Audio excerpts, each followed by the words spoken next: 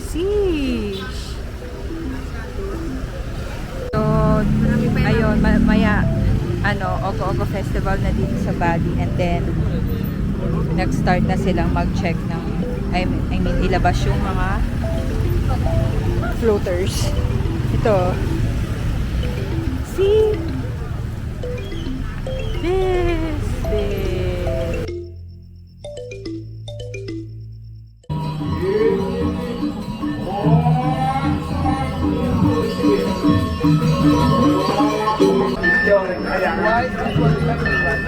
Ito sa suna. Lahat na komunikasi. Kamu-sabihan mo sa kaso.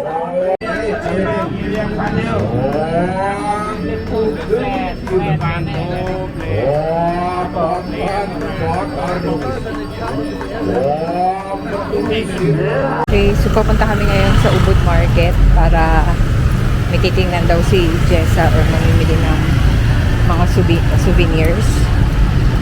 And then, ayun, check lang. Tapos, yun na.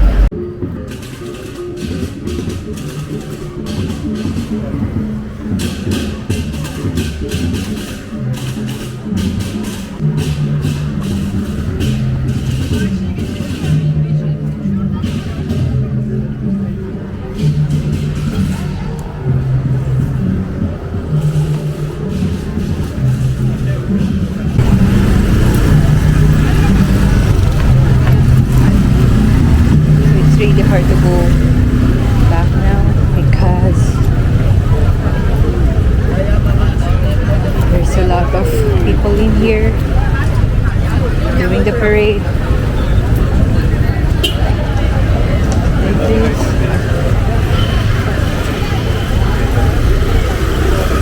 Ogo-Ogo.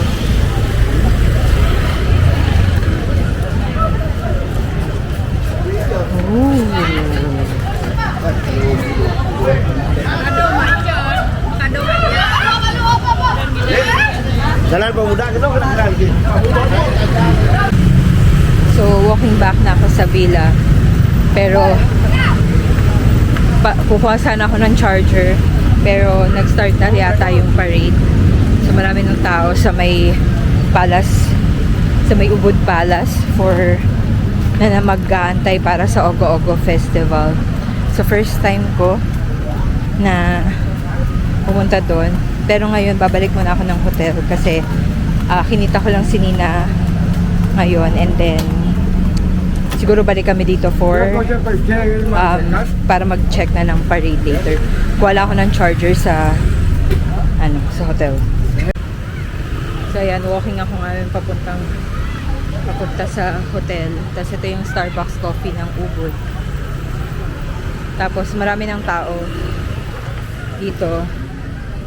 Dahil nag-aantay sila ng parade ng parang mga demons yata yun. So parang mga demons yata yun. Tapos paiipunin nila yung lahat and then susunugin nila mga floating demons, mga floating na na pinaparade nila. So while walking, kuha tayo ng mga footage dito. Tapos babalik tayo para manood ng festival itself. So ayun, balik lang muna ako, tapos freshen up and then charge ako ng phone ko, or kunin ko na lang yung yung charger ko. Ito, tingnan nyo, meron dito napakalaking image ng demon. So ito yung mga ipaparade nila dito sa dito sa Ubud. And then it was like like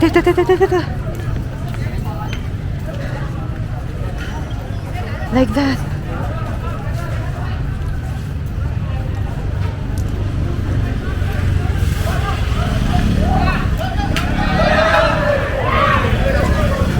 Like that. You see?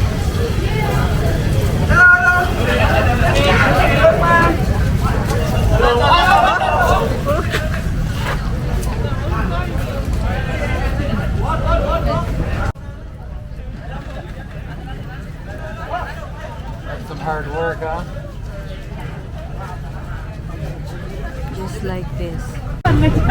So, parang ganun kahirap na i-move yung floater na yon dahil sobrang laki niya, and then sumasabit siya sa mga wire ng kuryente. So, ayun. Kasi bakit ba sila nagse-celebrate ng Ogo-Ogo? It is because bukas yung Silence Day or Nyepi ng Bali. So, lahat daw na ang ginagawa daw nila is lahat, parang mag-iingay sila para anuhin yung mga demons, tapos or mga bad spirits, ganon. Tapos susunugin nila yon, magkakaroon sila ng isang napakaingay na festival later, yun yung tawag na Ogo-Ogo. Tapos susunugin nila yung lahat, and then bukas start ng 6 a.m. Silence day yun, silence day na dito. So bawal kang lumabas, lahat ng tourist is bawal lumabas, and then stay lang sila sa hotel. So lahat ng transportation or lahat ng businesses dito bukas is closed. So yun, close siya. Tapos lahat din ng mga pati yung sa airport hindi din siya mag-work. Kaya yun. So bukas lahat kami is nasa hotel lang. So sana mayroong kuryente. Meron daw iba na walang kuryente, and then may iba naman na meron. So sana bukas is working yung wifi and yung electricity. So going back na ako sa hotel, freshen up lang. Wait ako kay Jessa kasi naghiwalay kami, and then ayun, punta na kami dito para manood. Medyo umuulan ngayon, maambon na, kaya nagmamadali na ako maglakad. Kaya yun, let's go.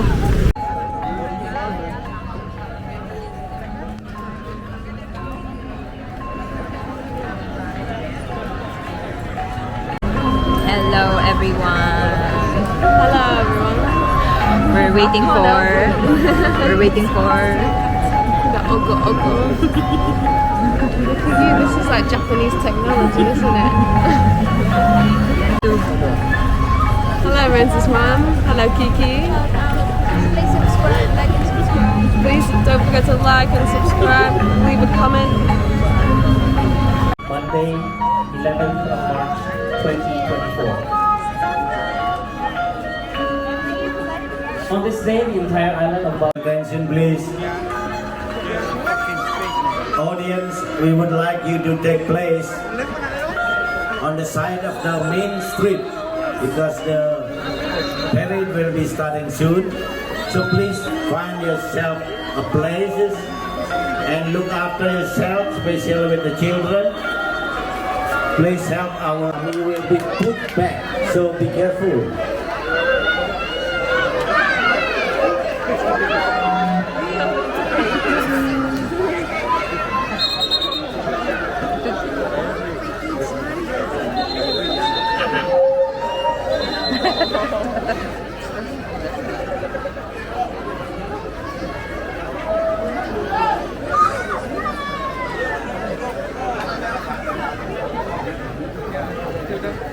We are watching Ogo-Ogo.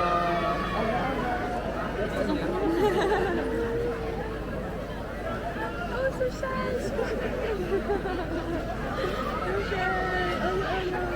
There's no Ogo-Ogo.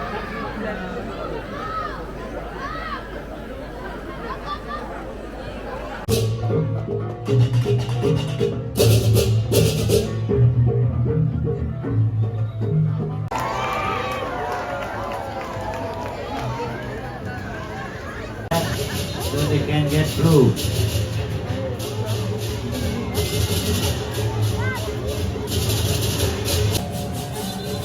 Yo! Bruce!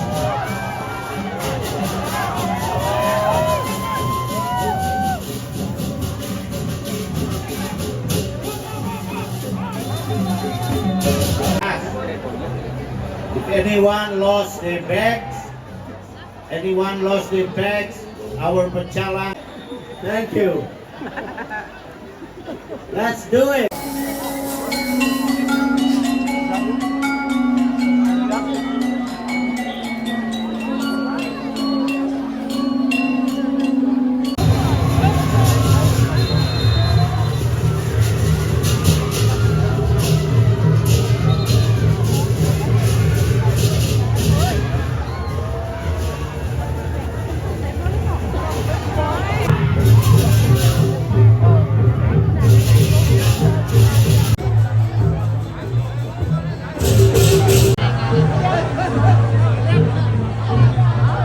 Tomorrow.